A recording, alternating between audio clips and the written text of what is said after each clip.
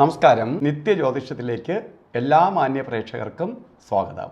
2024 December മാസം 12-ാം തീയതി 1200-ാം ആണ്ട് വൃശ്ചിക മാസം 27-ാം തീയതി വ്യാഴാഴ്ച.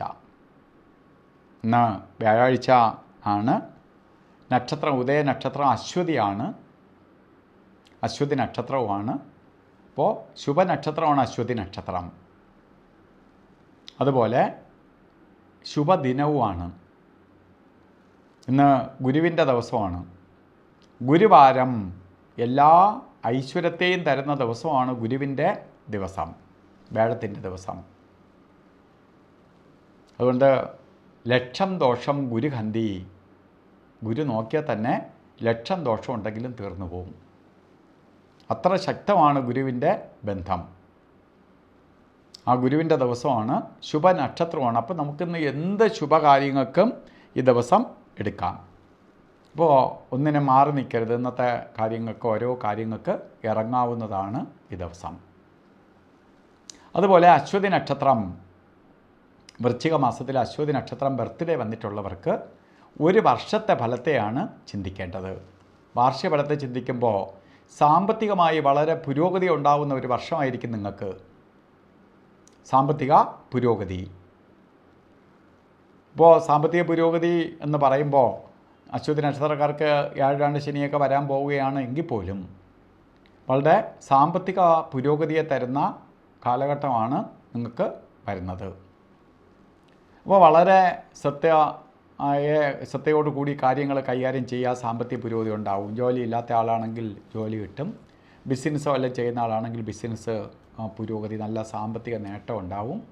അതേപോലെ ഊഹ കച്ചവടങ്ങളിൽ ഇടപെടുന്നവർ, റിയൽ എസ്റ്റേറ്റിലോ അല്ലെങ്കിൽ ഷെയർ മാർക്കറ്റിലോ ഒക്കെ പ്രവർത്തിക്കുന്നവർക്ക് ഏറ്റവും നല്ല ഒരു വർഷം തന്നെയായിരിക്കും.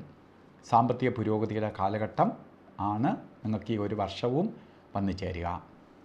അതുകൊണ്ട് നമ്മൾ എന്ത് ചെയ്യണം? നമ്മൾ നല്ലപോലെ വ്യാഴഭഗവാനെ പ്രീതിപ്പെടുത്തി വിഷ്ണു ക്ഷേത്രത്തിൽ വ്യാഴാഴ്ച പാൽപ്പായസം, തുളസിമാല അർച്ചനയൊക്കെ നടത്തി ഭഗവാനെ പ്രാർത്ഥിച്ചുകൊണ്ട് ഓരോ കാര്യത്തിന് ഇറങ്ങുക.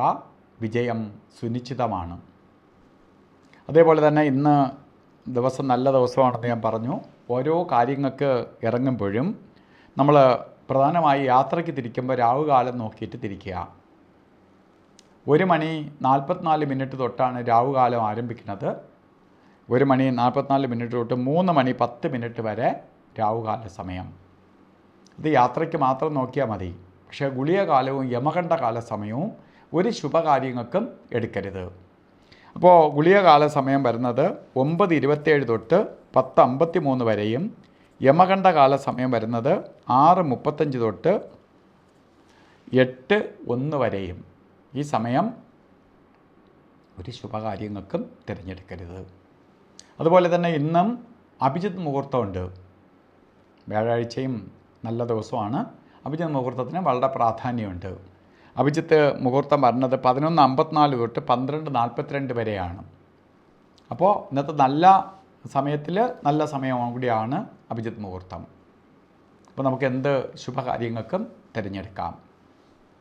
അതുപോലെ ഇന്ന് ഓരോ കാര്യത്തിന് നമ്മൾ ഇറങ്ങുമ്പോഴും വസ്ത്രധാരണത്തിന് പ്രാധാന്യം കൊടുക്കുക. പ്രധാനമായിട്ട് മഞ്ഞ കളറിലുള്ള വസ്ത്രം അല്ലെങ്കിൽ മഞ്ഞ മിക്സായിട്ടുള്ള വസ്ത്രം ധരിക്കുന്നത് ഭാഗ്യത്തെ കൊണ്ടുവരും. നമ്മളിലേക്ക് ആ ഗുരുവിൻ്റെ കൃപയുണ്ടാവും. പോസിറ്റീവ് എനർജി കൂടും. അതിന് വേണ്ടി ധരിക്കുന്നത് നന്നായിരിക്കും.